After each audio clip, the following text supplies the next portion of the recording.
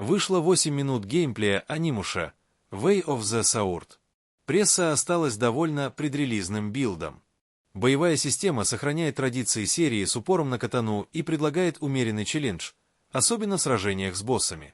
Выход состоится 3 сентября на PS5. Some interesting things. I won't talk too much about the story because I want to keep the adventuring in the story mostly up to you guys. I want you to experience that naturally as you play and not me talking through it. So here we go. This guy is getting kind of beat up. But anyways, this gameplay here with the bow, I was actually having a lot of fun. It doesn't seem to have any sort of like ammo counter or anything. You could just use it whenever you like. The damage isn't that high, so it's not usable really in a boss fight unless it's for a specific mechanic probably. But it's great for, you know, trash mobs that don't have that much HP and against other archers. All right, so we're finally up against Daidara, the boss of this area. Big beefy boy. He was pretty easy to parry, really telegraphable attacks. He does hit hard, but not too difficult. The only attack that I had trouble with was his charging attack, which had a really strange startup and then just charged really quickly, but wasn't too difficult. Super fun to parry. That's satisfying to have multiple of those swings parried back to back.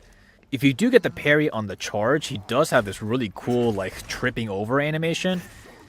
He kind of slammed into the wall when I did that and got some good time for me to just wail on him. Now, this mechanic here where he inhaled the blue souls is something you'll want to watch out for in this fight because obviously you don't want those blue souls to be stolen. You'll want to actually have them for yourself, so you need to be careful and just, you know, make sure to keep absorbing consistently or else he's going to steal them from you. Hold it. Yeah, so that's what I was talking about. It looks like here you didn't hit a wall, so that's cool. I never seen that animation, but for the most part, just seeing any animation in this game is just so beautiful. And multiple times throughout my demo, I'd look over to somebody else's monitor and be like, wow, I didn't see that animation, or I didn't see that happen, because either I just parried everything, or he died too quickly, or something else. But it was really enjoyable just watching all this stuff, because you will miss some things that other players have done multiple times, and vice versa, and it was just a joy to watch.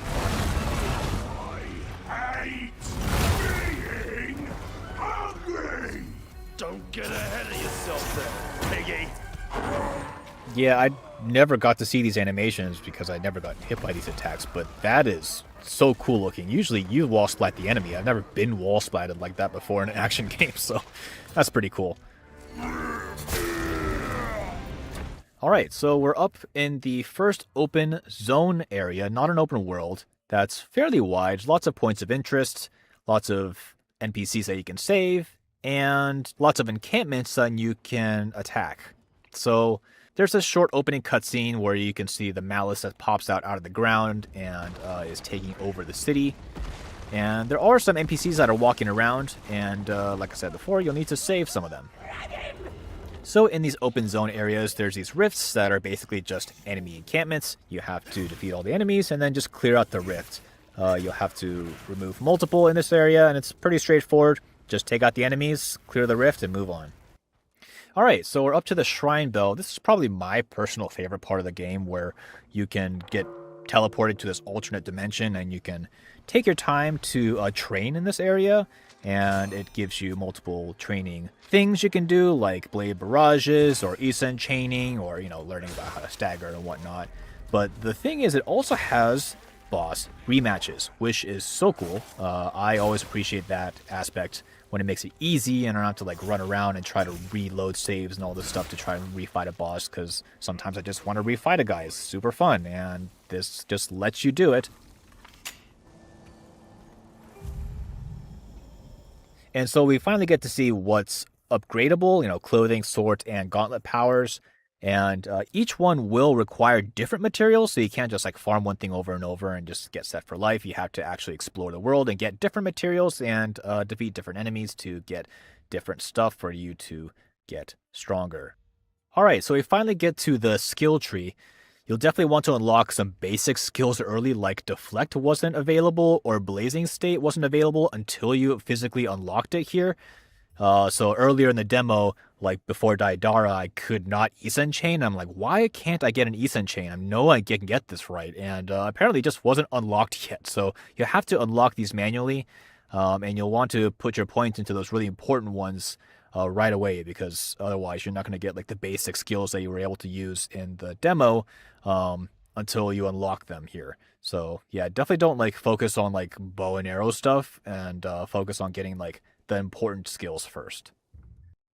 All right, so we're back in the open zone area, and one thing I want to point out is that you know we have the pulse that was available in the demo. It actually has like a nav point thing that kind of shows you where to go if you have something marked on your map. But also fast travel is a little bit weird in this game. Spirit mirrors, you know, kind of double up as a quote-unquote bonfire, I guess you could say. But they can't be teleported to whenever you want. You have to be at one first initially for you to go to another one. So in order to explore quickly, you'll want to unlock a lot of these spirit mirrors to get you access to multiple different points. But you'll still have to hoof it to one point to get to a different point. So just keep that in mind. You do have to do some walking around. This is the final area that we played through. You basically traveled through this malice miasma, which does bit damage over time, so basically you just gotta hurry and get through it so you can attack the flower, which is making the malice. It's pretty straightforward, nothing to really talk about here. Alright, so we finally get to Byakuye, which is like the boss of this area. This was my favorite boss to fight. This guy was super fun and very fun to learn to Isen. And I think it might have my favorite parry animation that Musashi has against a specific attack, where he knocks the axe down towards the ground first, and then it's like a full arm 360 and knocks it away in the other direction, which is really cool. Not quite that parry, but yeah, some of these parries are just so satisfying to pull off just for the animation alone. So I just gotta say, Capcom, you know, props where it's due. Like, animations and audio on some of these parries are just so satisfying. This boss has a mechanic where if you attack it too much, it actually goes berserk. So you'll want to be careful about that. I didn't even know that happens until the guy, the Capcom PR, told me. I think I just parried and deflected too much. I think he just got staggered so quickly that I never even saw that. So, but it is good to know in the future if I do refight this guy that can happen. And you know, for your playthrough as well, just keep that in mind. Don't just wail on him. You want to parry a lot more. One last thing I'll say is Blazing State deflections, not parries, but deflections are very, very powerful. I mean, the Blazing State is meant for damage, like you do more damage with it, but it also just does a ton of stagger damage, and deflects do more stagger damage than a normal parry. So yeah, so that parry does like 380 stagger damage, which is fine, I guess. But that deflected 1200.